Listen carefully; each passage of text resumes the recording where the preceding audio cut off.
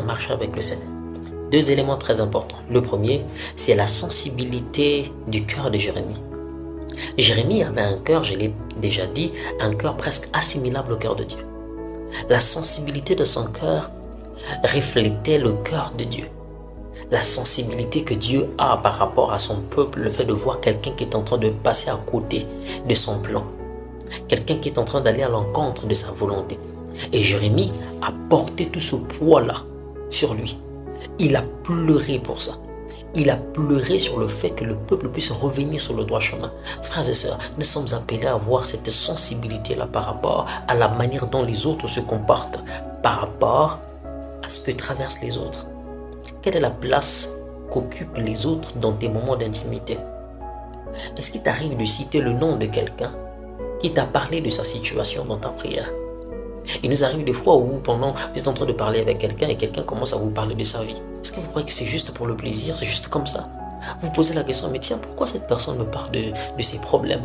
Mais justement parce que Dieu sait, il sait que vous êtes capable de pouvoir déclarer quelque chose et que cette personne puisse voir sa situation être décomptée.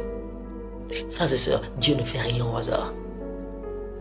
Créons-en de la place pour les autres dans nos moments d'intimité avec le Seigneur. C'est-à-dire, devenons des intercesseurs pour les autres. Nous devons aussi présenter les autres devant le Seigneur. Nous devons aussi prier pour les autres, les membres de nos familles, prier pour les frères et sœurs dans la foi, prier pour l'environnement là où nous sommes, les collègues des services. Nous sommes appelés à prier pour eux, avoir cette sensibilité-là. Deuxième élément, c'est le fait de ne pas plaire aux hommes. Écoutez, le message de Jérémie était un message impopulaire, frères et sœurs. C'était un message impopulaire qui ne plaisait pas à tout le monde. Il était d'ailleurs considéré comme le prophète destructeur, c'est-à-dire celui qui apporte seulement des paroles qui détruisent, des paroles qui font peur. Alors que Jérémie ne faisait que dire ce que le Seigneur lui avait ordonné de dire. Frères et sœurs, nous sommes appelés à plaire à Dieu et non pas aux hommes. Toutes les fois que nous chercherons à plaire aux hommes, nous ferons toujours des choses qui vont à l'encontre de la volonté de Dieu. Qu'est-ce que Dieu t'a dit de faire? Fais-le. Même quand les hommes te donneront l'impression que ça ne leur plaît pas du tout. Écoutez, j'aime ce qui s'est passé avec Pierre et les autres.